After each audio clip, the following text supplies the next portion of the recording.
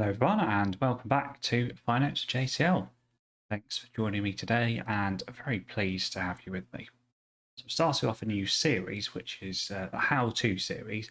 We'll start with how to value a stock. Now there are multiple ways to do that and I'm going to split this down so there's a separate video for each to break it down nice and cleanly. So we're looking at things like price to sales, discounted cash flow, and today we're going to look at the price to book value.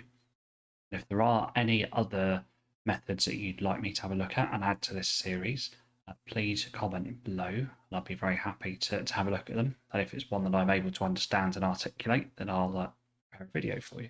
So price to book today, we're going to start off with, I suppose, is what is book value?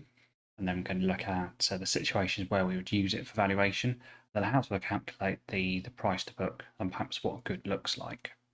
So we start off here on Investopedia, which is giving us a nice succinct definition for book value per share.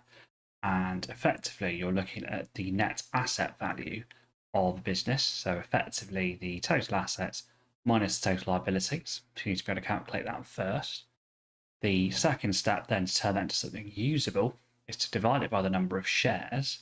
And then the third step is then to compare it to the share price of the company to see is there any mismatch. So as always, I've got a nice example for you. So we start off with one of my favourite sites, morningstar.com. I've brought up Aviva here. I've done a video on Aviva separately, so you can have a look at that if you'd like. I'll drop a link in. But Aviva is one of my favourite companies at the moment. See here, they actually calculate the book value per share for you. So what this means is you don't have to go in and you don't have to then calculate effectively the net asset value and divide it by the number of shares. It's done on an automatic basis. So we can see here for Aviva, in the trailing 12 months on the right hand side, the book value per share in pounds is £4.93. If we look at the kind of landing page, you can see this has got a price to book of 0.84. And that makes sense because we're saying the current market price is £4.16. We then divide that by £4.93 and that gives us the 0.84. So this is suggesting that in the case of Aviva, they are slightly undervalued compared to their net asset value. There might be a little bit of value there. Now, the best time to use this method of valuation is for businesses that are sort of asset heavy and rely on their assets to kind of produce their money. So it's very appropriate for banks and insurance companies, I find in particular. And I quite like using it for those purposes. I've got a second example here, which is another one of my holdings, which is the Udem Group. You can see here the book value per share has been increasing since the early 2010s, edging up, and you can see it edges up to $51.75. Their price in the market is actually 28. So you can see therefore the price to book there is 0.54. So you can also find this measure on Yahoo, although I do find for UK companies it's actually incorrect. It's out slightly. And if we perhaps jump back to the Aviva example, it's quite a good one because you can see from 2012 each year that book value per share actually pretty much apart from a little bit there it increases. Gives you that view of companies adding to their net asset value, adding to their book value over time, sort of incrementally improving, and that's what you want to see. So we've covered the book value and then the per share basis, how to compare it to the price. And I think the thing to look at then is the margin of safety. Because you could look at Aviva and say, what's that, 0.84?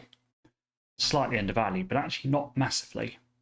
There's not, if you expect them to trade at a price to book of 1, then the upside isn't 100% or even 50%, it's much smaller.